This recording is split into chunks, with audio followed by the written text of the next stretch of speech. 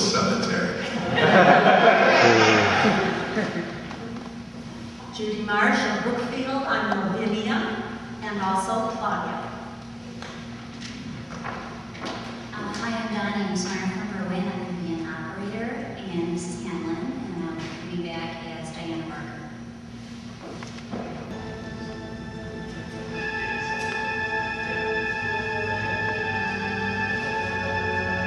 Moonlight at midnight. Could anything be more familiar, more peaceful, more safe? Certainly not, unless Ray Bradbury is writing about it.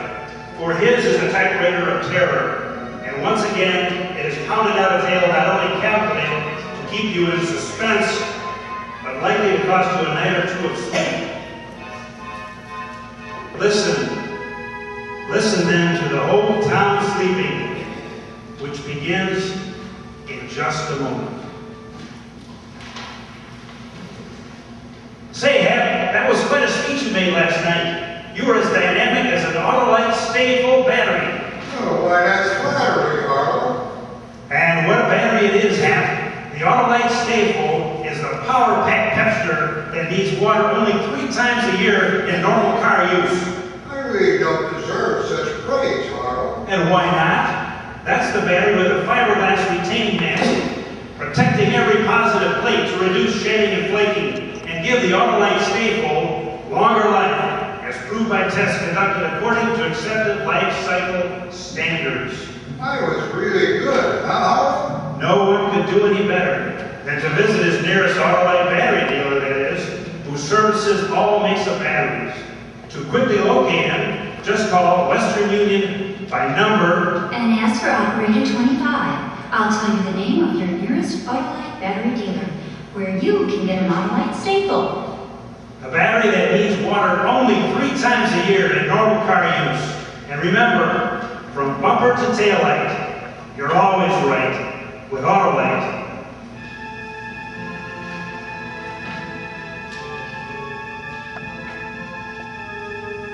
And now, the whole town sleeping, a tale well calculated to keep you in suspense.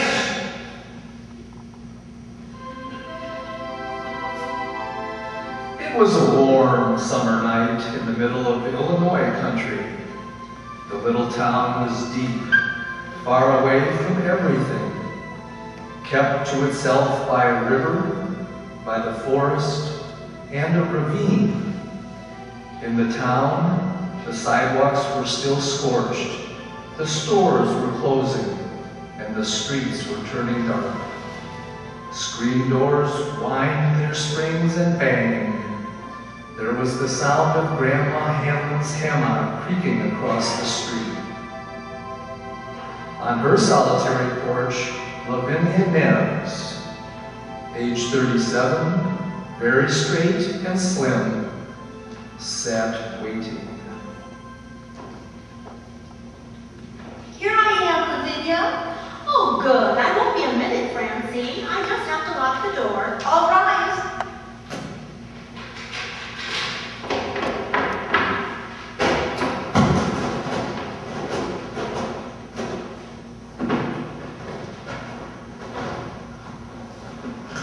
I do like your dress, dear. Why, thank you, Francine. You look so well in that color. I'm afraid I could never wear that. It makes me look so sallow. Oh, no, it doesn't. I'm sure it doesn't. Of course, I've always loved you in white. Good evening, ladies. Good evening, Mrs. Hanlon. Good evening. Wherever are you ladies going, all dressed up so pretty? To the movies, Mrs. Hammond. It's William Holden tonight. Well, you wouldn't catch me out on a night like this. Not with the only one strangling Winnie. Lock myself in with my gun. That's what I'm going to do. I wouldn't worry, Mrs. Hammond. Oh, you wouldn't you? Well, what about Elijah Randall? Isn't she not worried? I'll lock myself in with my gun. That's what you ladies should do.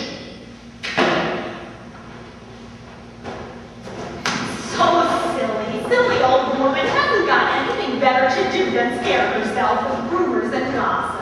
Well, just the same, Hattie MacDonald was killed a month ago, and Roberta before, and Eliza Randall did disappear. Eliza Randall walked off with a traveling salesman, if you ask me. But the others, Oh, strangled. oh, Francine. They reached the edge of the ravine that cut the town in two. Stood there. Behind them were the lighted houses. Ahead, deepness, moistness, fireflies, and dark. The ravine had to be crossed to reach the movies, deep and black as it cut through the hills, and a creaking bridge to cross over the stream, and then 115 steps up the steep and brambled bank on the other side. The ladies stood there, looking down. I just hate to think of your coming back alone tonight, Lavinia. Oh, gosh. I do wish you didn't live on this side of town. Don't you get lonely living by yourself in that house? Old maids love to live alone. Come on, we'll take the shortcut. I'm afraid. Even in the dusk, the ravine scares me. Oh, come on. Don't be so silly. I'll hold your hand. Let's not, Lavinia. Please. No, no, why shouldn't we? Lavinia, cool as mint ice cream, took her friend's arm and led her down the dark, winding path into the cricket warmth and frog sound and mosquito delicate silence. If Lavinia hadn't turned her head just then, she wouldn't have seen it. But she did turn her head, and it was there, back among a clump of bushes, half hidden, but laid out as if she put herself there to enjoy the soft stars. Lay Eliza Randall, her face moon-freckled, her eyes like white marble. Then Francine saw it too, and the women stood on the path for a frozen second, not believing what they saw.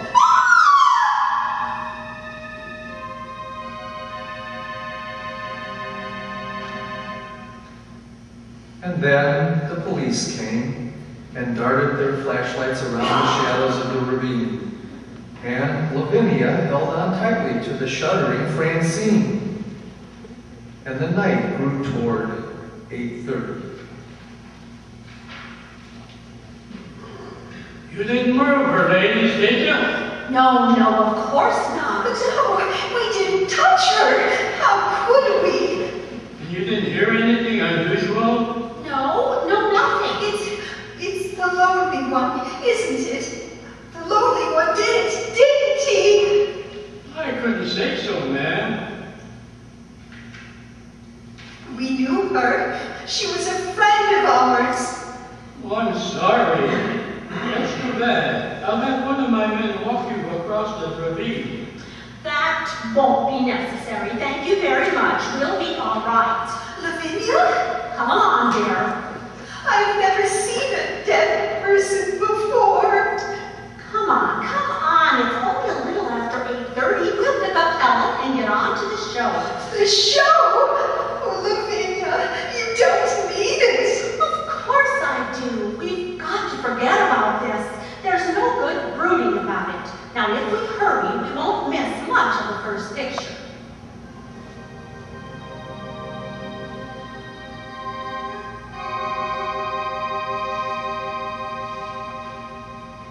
Well, I thought you'd never come. You're now late. Well, Helen, you see, Someone found Eliza Randall dead in the ravine. Oh, no! Who found her? We don't know. Oh, how awful. Well, I don't think we better go to the show tonight. Oh, of course we will. It's the last showing today, and I wouldn't miss William Holden for the world. Besides, the lonely one can't kill 3 ladies at once. And anyway, it's too soon. The murders come a month separated. Come on, Helen. Well, all right. I'll get a sweater. Wait for me. why didn't you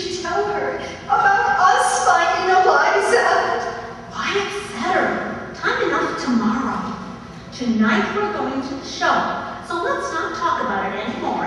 Enough is enough. The ladies walked downtown and stopped at the drugstore, which was a few doors from the theater. Lavinia bought a quarter's worth of green mint shoes, and the druggist dropped the mints into the sack with a silver shovel. You look mighty cool this new Miss Lavinia when you was in. So cool and nice. Somebody asked about you. Oh? A man sitting at the counter. He watched you walk up, and he said to me, "Hey, who's that?" Just like that, he said it. "Why, that's Lavinia Hibbs, prettiest maiden lady in town." I said, "Beautiful, so beautiful," he says. "Where she live?" Oh, you didn't give him her address. Well, now, I didn't give him the exact address. I said, "Over on Park Street, near the ravine." I hope you didn't mind. Well, that settles it. We're going straight home. That man's asking for you, Lavinia. You're next. Do you want to be dead in that ravine? Oh, nonsense. I'm not going to miss the movie. You two can do what you want. I'm going.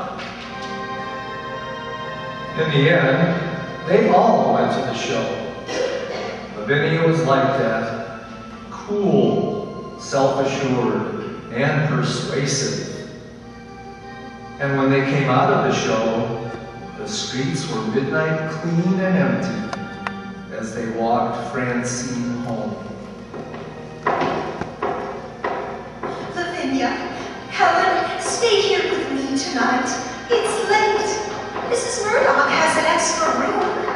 No, thanks. I don't sleep well away from my own bed. Oh, please, Lavinia, please. I promise I'll call you the very minute I get home. Will you? Will you really? Yes, I promise. And Helen, you make a promise to call me too. Oh, I will. Good night. Good night. And please be careful.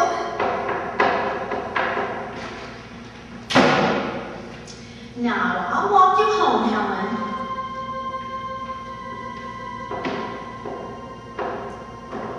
Well, I don't suppose it's any use asking you to stay with me, Lavinia. There's no reason for me to.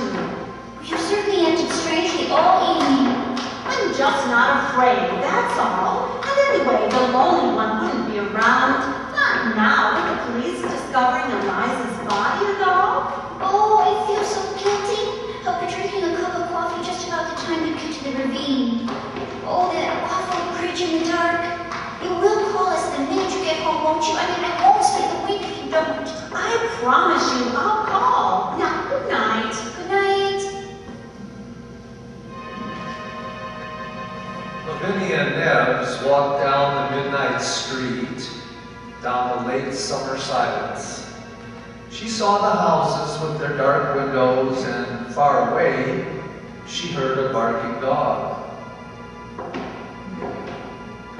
She thought to herself, In 5 minutes, I'll be safe home. In 5 minutes, I'll be phoning Francine and Helen. It's so silly, like old hens. Old. I'm older than any of them.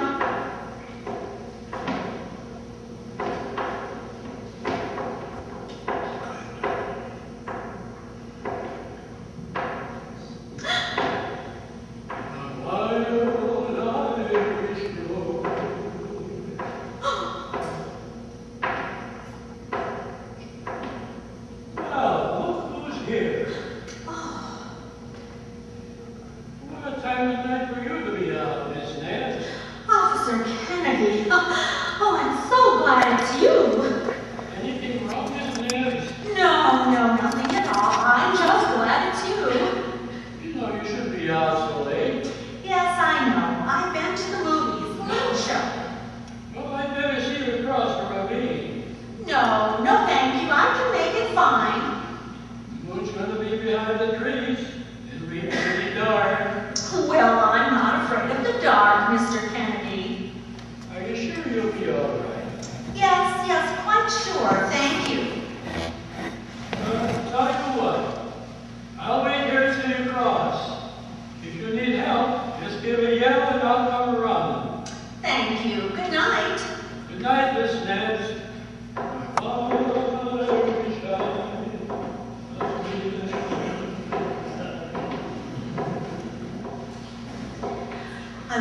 walk in the ravine with any man. How do I know who the lonely one is? It could be anyone. Then the ravine.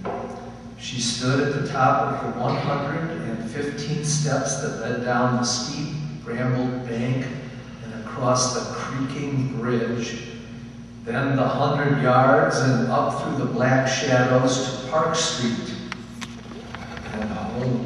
2 minutes from now, I'll be putting my key in the house door. Nothing can happen. Nothing. And she started down the dark black steps into the deep ravine night, counting as she went.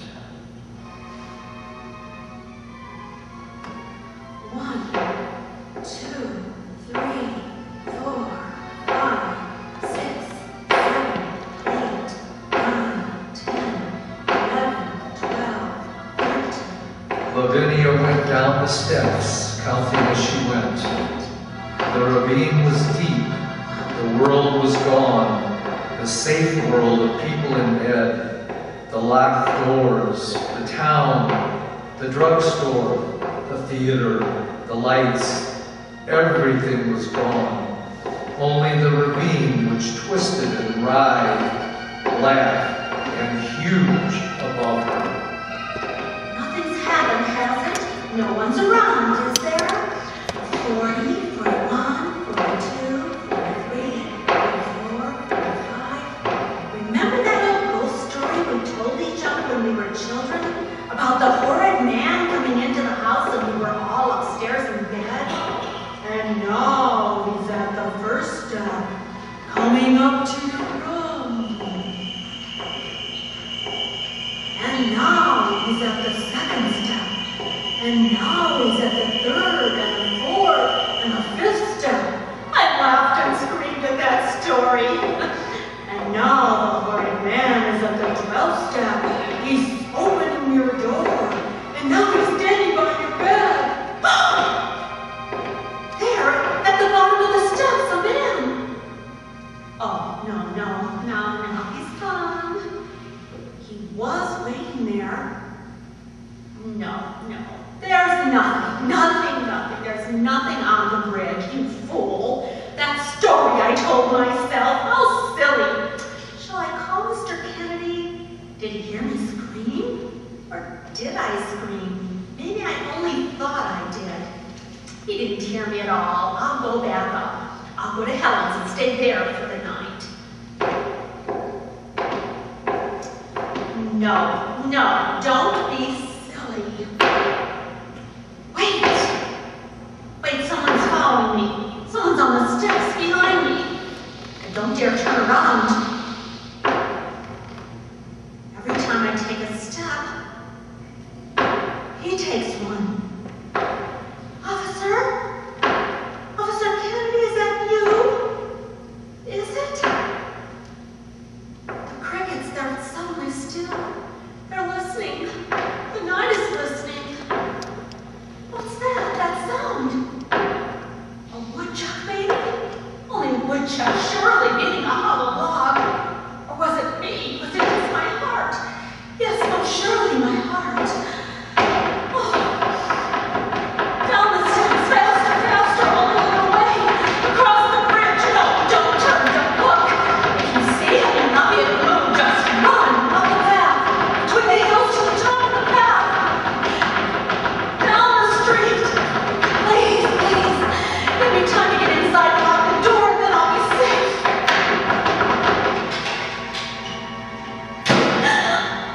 Oh, I'm safe. I'm safe at home. I'm safe. Home. Oh, I'll never do that again. Oh, it's so good. It's so safe inside. I'm locked and safe inside. Wait, the window. There's no one there at all. There's nobody. There was no one following me at all. There was nobody running after me. How silly. If a man had been following me, he'd have caught me. I can't run as fast as a man. I wasn't running from anything except me. The ravine was safer than safe. so nice to be home. Home is really a good, safe place. The only really warm, safe place. What? Who? Who is it? Beautiful. So beautiful. You never were behind me at all.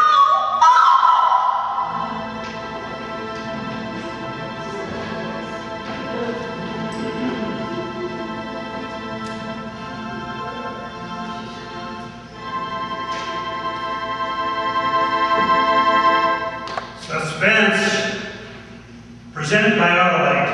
Autolite, world's largest independent.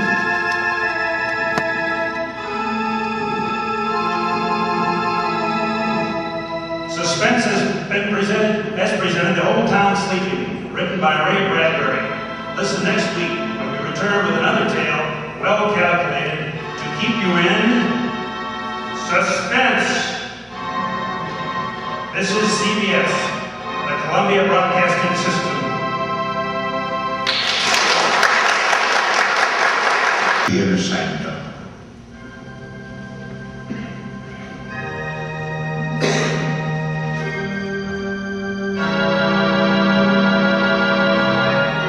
Lipton Tea and Lipton Soup present Inner Sanctum Mystery.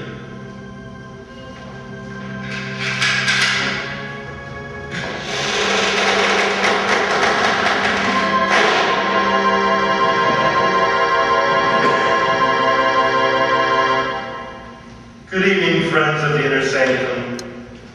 This is your host to welcome you through the squeaking door for another half hour of lovely chills and shudders. Oh, before we begin tonight, I'd like to give you a word of advice. If you should ever walk through a cemetery at midnight and come face to face with a transparent personality floating above a tombstone, don't be frightened. After all, you can't see right through him. Good gracious, why do we have to talk about cemeteries? Because, Mary, our story tonight is about a vampire. Where else would you expect to find one if not in a cemetery? In the Vampire State Building?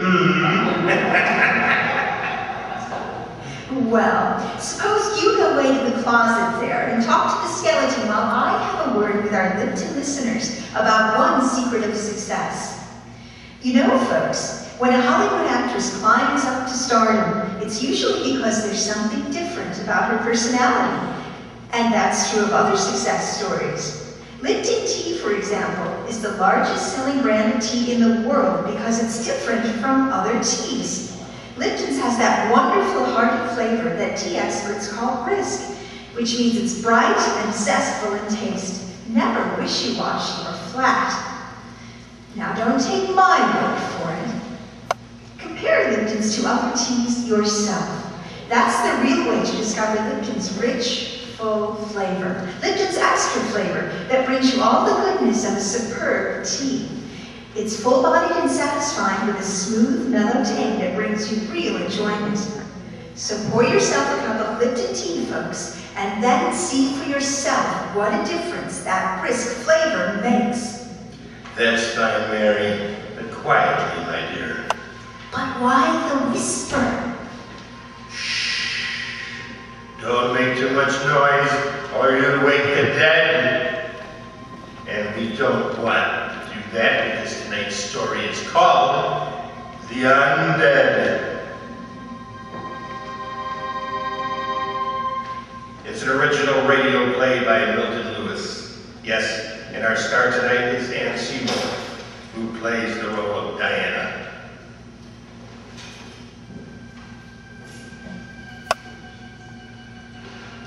I was alone here in the penthouse, sleeping. The doors leading to the terrace were open. Suddenly I was awakened by a queer, whirring noise that sounded like flapping of wings. I opened my eyes. Moonlight filled the room. It was one of those clear, cloudless nights. But the wind moaned and howled like weeping women.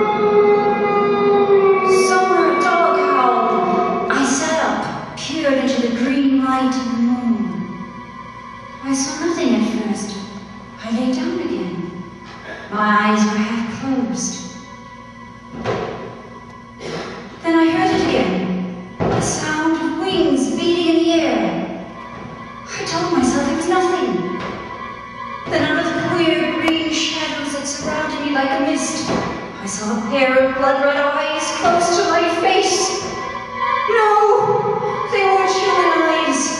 They were rimmed with greed, and they glittered like glass in the dark.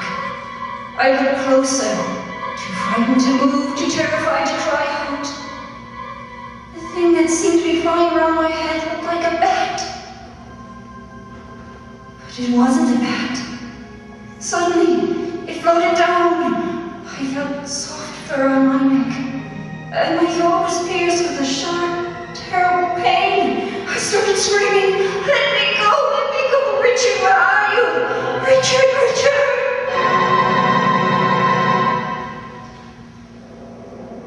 Go on, Diana. When I felt my arms around you, when I felt my arms, I knew I was safe, Richard. It was the most horrible dream I've ever had. Yes, I know, darling. You were hysterical. What do you think it meant?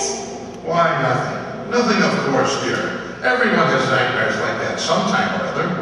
But it was so vivid. I could almost swear it. It happened just as I told it to you. Oh, now, Diana, do you really believe you've encountered a vampire? I know it sounds ridiculous, darling, but it's just... Listen, baby. You're living in New York City on the top of an 18-story building.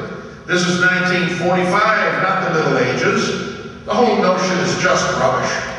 I tried to tell myself it was nonsense too, but somehow... Oh, Richard, I want to get out of this place. But why? I don't like this apartment. There's something evil, sinister here. I've always felt it. And listen to that wind. It howls around here all the time. Well, naturally. It's a penthouse and it catches the winds from the river. You hear that? Or something slapping on the terrace. Why, dear, that's just an awning. There are always queer noises around here, all the time. I can't bear being up here alone at night. Richard, please, don't let me stay here alone tonight. I can't stay with you, darling. I've got to go to the theater. I don't want you to go there. Please, let your understudy take your part tonight. Take me away from here. Far away where it's warm and there's sunlight and... Diana, you don't know what you're saying. I can't give up my part in the show.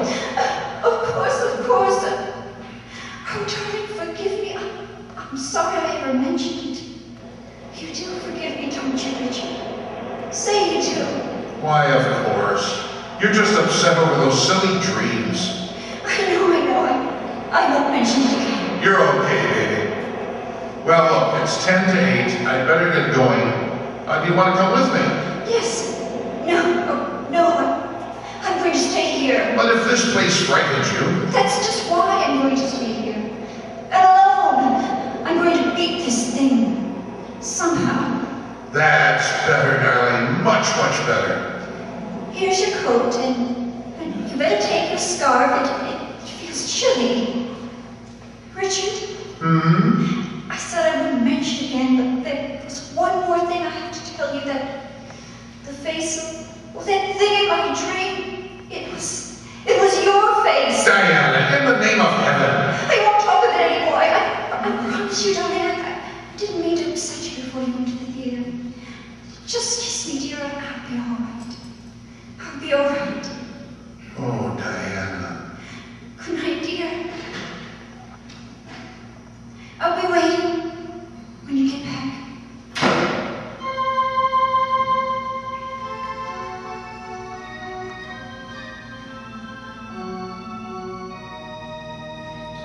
It was just midnight, 2 nights later. I was waiting for Richard to come home from the theater. I was going through his desk looking for a postage stamp, and I found something that turned my blood to ice. It was a newspaper clipping dated 10 years ago. A picture of a man. And under it the caption, "Prominent real estate operator Richard Barker found after a sudden stroke." I looked at the picture again. There could be no doubt of it. It was Richard. I read further. The deceased will be buried at Greenlawn Cemetery after services at the Westwood Funeral Chapel. Good evening, Diana. Richard! What's the matter? You seem startled. Why didn't you come in? Have you been brooding again? No, Richard. Of course not. Well, how do you feel tonight? Not very well. Weak? Weak, sleepy, ill. Well, no wonder. You've hardly been eating a thing. I know you never catch a wink of sleep. I told you I can't sleep in the daytime as you do. As you do. Why are you staring at me like that? Why? Why do you sleep in the daytime? I've been doing it for years. Years? What's so terrible about that? Most theatrical people do. We live and work at night. Yes, I know. Really, Diana? What is the matter with you? Nothing. You think I'm losing my mind? Well, I don't know what to think. Why are you pretending? Pretending what? That you're something other than what you are. Because I know what you are, Richard. Really? This clipping, I found it in your desk. It tells her you died. That clipping? Oh, that. Why are you laughing? Well, you see, it's a joke, a gag. One of my pictures was sent to the papers as a publicity for a new play, you know. And a drunken typesetter put it in the obituary column. It's quite an amusing story. I don't believe you. You're lying. Listen, you can't go on like this. No, don't touch me. You're not well, darling. Get away from me. I just want to kiss you. Don't touch me. Diana, where are you going? Out of here. Diana, come back. I'll come back when I prove something to myself.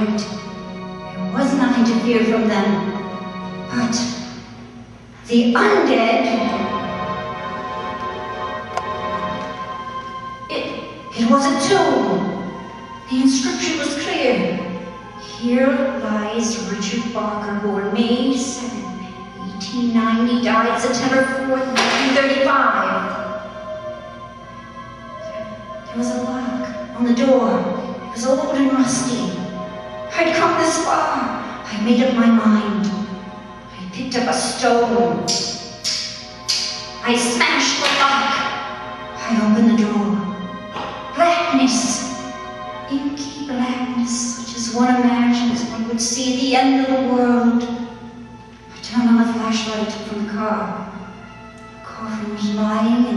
center of the tomb, on an altar.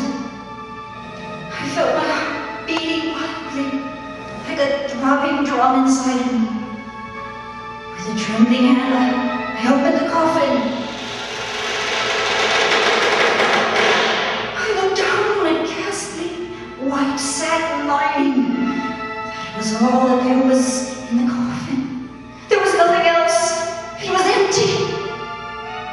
I looked up. There was a face staring at me from the shadows of the tomb. It was Richard. Diana, I knew you'd come.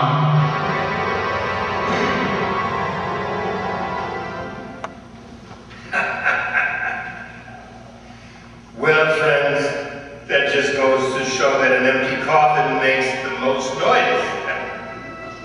You know, this is the kind of nice domestic story I like. The intimate family chronicle of a vampire. My goodness, is that what you call intimate family life? Why, of course, Mary. It looks like our lovebirds would even share the same coffin. I'm afraid you're drawing a very strange picture of family life, Mr. Host. Now, I always picture the family gathered around the dinner table. Everybody's laughing and happy. The bright lights push back the shadows of evening outside and shine on the teacups, where Lipton tea is waiting to add to the family's mealtime pleasure. Lipton's brisk flavor will make that good meal taste even better. Everyone around the table, from junior to grandfather, will enjoy its tempting fragrance, its deep amber color, and that brisk flavor that makes Lipton's different from other teas. They all like its full-bodied, hearty goodness and the zestful tang of Lipton's flavor. So serve Lipton tea for dinner at your house, folks, and round out the family picture with real enjoyment. Right, Mary. And now, let's go back to our horrors. Let me see. What dire predicament are we in tonight? Oh, yes. Diana has just discovered that her husband was wandering about in his tomb. What would you do in a situation like that? Here's what Diana did. Listen. I ran blindly, stumbling, tearing my clothes. Somehow I managed to reach the car, start the motor. In the car, I know it was all some dream. People didn't come back from the dead. Did they? Could they? I drove toward the city. I wanted to see the lights. People, hear music. I wanted to be sure this was the world I'd always known. I tried to think. I tried to reason. I tried to understand what was happening to me. Because I knew something was happening to me. Something that I dreaded. I was becoming like them. Like Richard. I felt a strange craving. Desires that I didn't dare think of. Excuse me, Mrs. Barker. Oh, May I sit with you? I don't believe I know you. Perhaps not. Does it make any difference? Well, no, it doesn't. Please sit down. Thank you. I'm glad you came over. I'm glad to be able to talk to anyone tonight. I've been watching you for the last 10 minutes. Have you? You look very strange tonight. How do you know me? We all know each other. We? Yes. You realize you'll be dead soon? Dead? At least, what they call dead. You know what happened? Oh yes, of course. I've seen it happening for weeks. Your face became paler and paler. It will not be long now. You will become one of us. I don't want to. It's not in your hands. It isn't true. It can't be true. No, quite true. Many of us have gone on for hundreds of years. Those who submit, become like us. I'm not. There's no escape. No, I don't believe it. Don't you feel it? That strange desire? Yes. There. You see? I don't want to. I once tried to fight it too. It's no use. I'm going away, far away, where you can't reach me. I'm going anywhere where I can... Waiter! Waiter! Will you help me here? There's been an accident.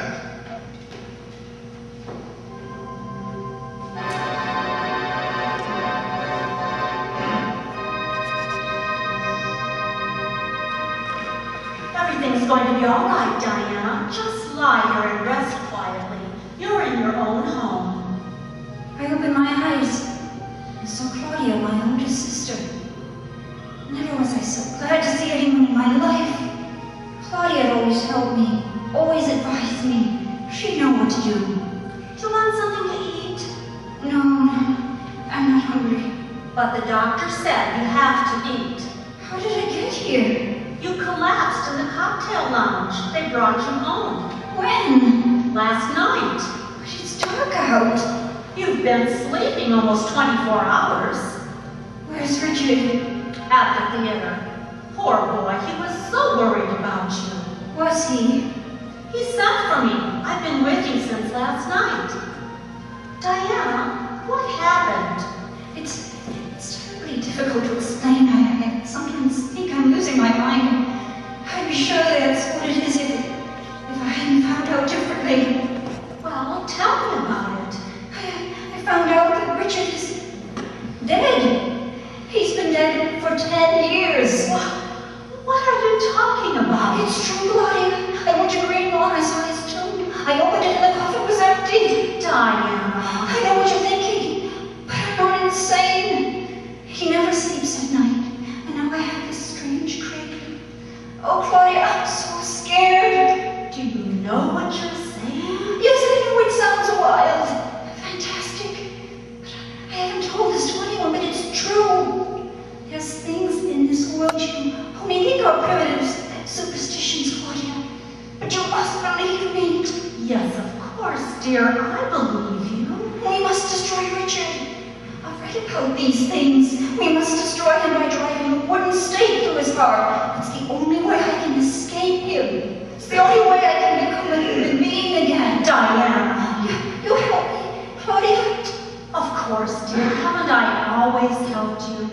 Where are you going? Oh, just to fix you something to eat. No, you're going to leave me. Leave me here along with him. I won't let you do that, Claudia. That gun! Where did you get that gun? I've always had one here. Ever since I first told Richard I was afraid of this place. You're not going to leave me now, Claudia. I'm not going to let you. Of course not. Get away from that door. If that's what you want. Claudia, you come back. No, you hear me? No. No!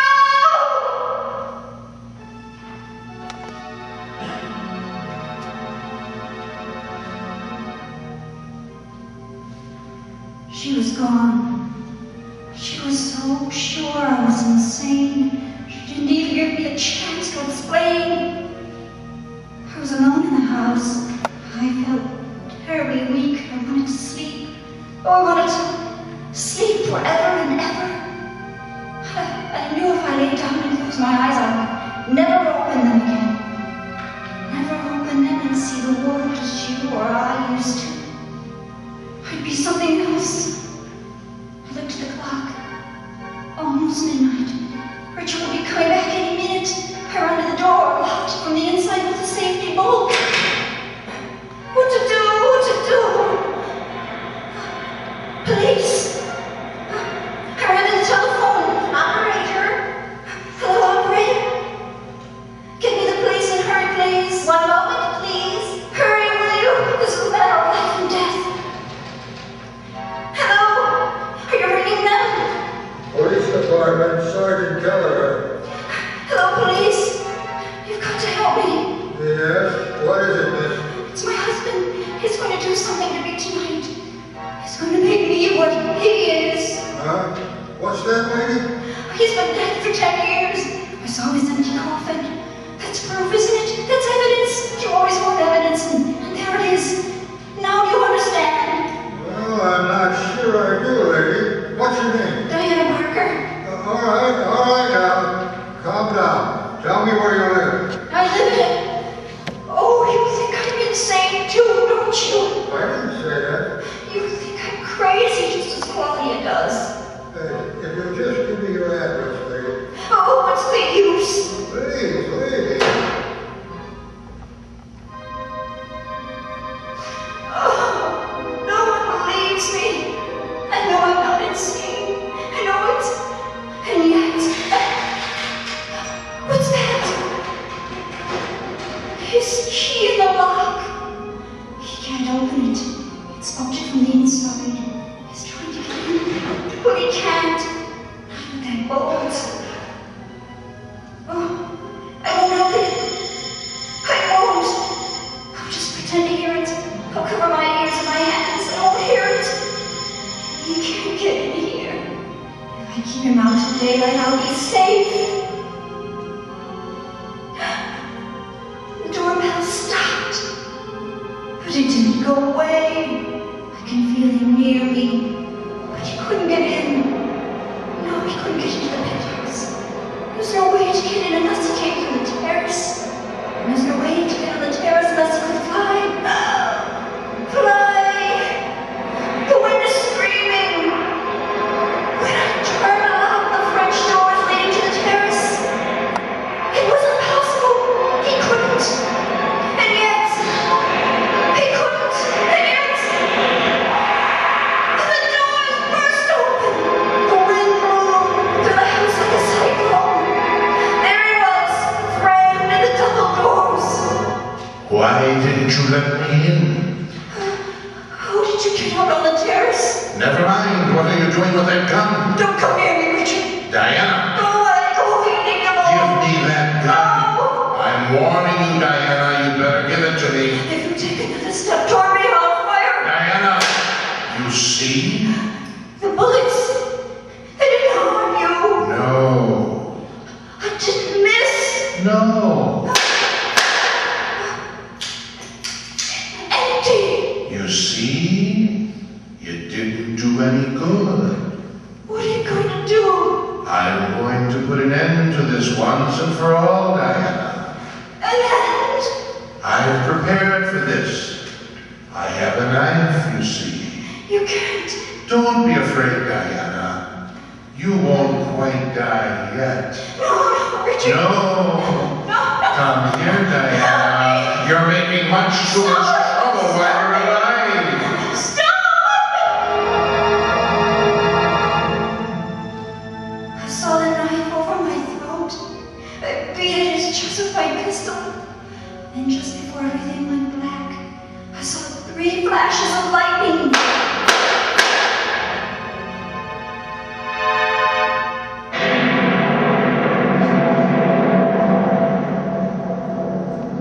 Go on, Mrs. Parker. When I woke up in the hospital, Inspector, I couldn't believe that I was still alive. It seemed like a miracle. Well, you would have been dead if it weren't for your sister. Claudia?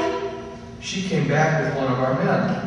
He shot and killed your husband just as he was about to plunge the dagger into you. But how did he get in? Well, he came over the adjoining terrace from the penthouse next door, just as your husband did. No, Mrs. Barker, your husband didn't fly. But the other things, the picture, the tomb, the empty coffin. All props for an elaborate scheme your husband worked out to murder you. Richard Barker is not an uncommon name. He found a man with that name who died 10 years ago. He removed the body. Got the whole idea from the dream you told him. But why?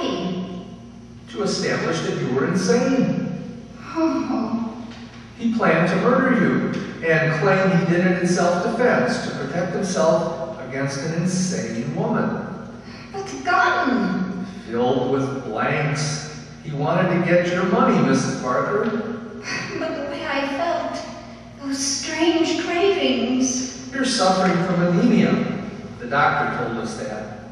It's not uncommon for anemia sufferers to feel the way you did. can't believe it. I still feel that he isn't quite dead. I'll relieve that fear right now. His body's in the other room. I think you should see it. Come this way, Mr. Barker. There. Raise the lid of that coffin, Charlie. Yes, Inspector? What's the matter? Oh, he looks so lifelike. His lips are so red. He looks as though he could get up at any minute. Nonsense. I assure you he's quite dead, Mrs. Barker. And I can further assure you that the police department has never encountered one authentic vampire in its history. You're very reassuring, Inspector. I think I better leave now. Don't bother to see me to the door. Goodbye. All right, Charlie. Cover him up and have him buried.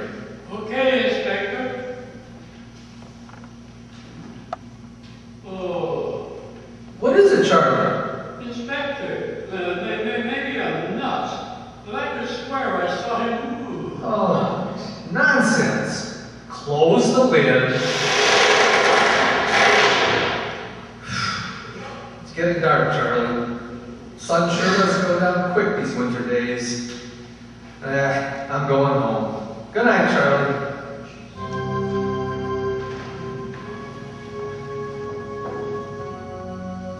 Well then, do you think Richard is really dead? It's something for you to sleep on when you go to bed tonight. Oh, and by the way, we have a moral for tonight's story. Yes, it's taken from the diary of Miss Delirium Treatment, who once said, "Never marry a vampire. He may turn out to be 500 years old without a social security number to his name." How can a girl have any fun going with a guy like that? Well, Mr. Host, I don't think that's a serious problem. I'm positive that no girl will ever meet a vampire, much less marry one. But you can't be sure, Mary. The safest thing is to drive a wooden stake through your husband's heart. Yes. If he dies, then he must be a vampire. Oh, such foolishness. Let's forget all this talk about vampires. Don't look now, folks, but something much more exciting than that. The holiday season is just around the corner. Before all the hustle and bustle starts, why not spend a relaxing evening with the Riverside Township radio players when they present two old-time radio favorites just in time for Thanksgiving? On Friday, November 17th, 2006, remember that's the third Friday of the month, the radio players will treat you to an episode of Mr. President, the Thanksgiving Proclamation, which originally featured Edward Arnold and the classic Great Gildersleeve's Thanksgiving Dinner. Performance takes place right here at the Riverside Township Hall at 7:30 p.m. That sounds great, Mary. It should be a wonderful program. So to be sure, join us next month. Meanwhile, remember it will be the third Friday, not the fourth, the third Friday of the month, November 17th at 7:30 p.m. Folks, these busy days. Lives and dreams. We all want to save time when we prepare meals, and yet we don't want to sacrifice that good homemade taste. Well, that's just the time to serve Lipton's noodle soup. Lipton's has a real fresh-cooked chicken flavor. It tastes like the noodle soup you make right in your own kitchen, and yet it takes almost no time at all to prepare. And Lipton's economical, too. It costs less and makes lots more than canned soups. So don't forget to try Lipton's Noodle Soup Mix, and remember to tune in next month.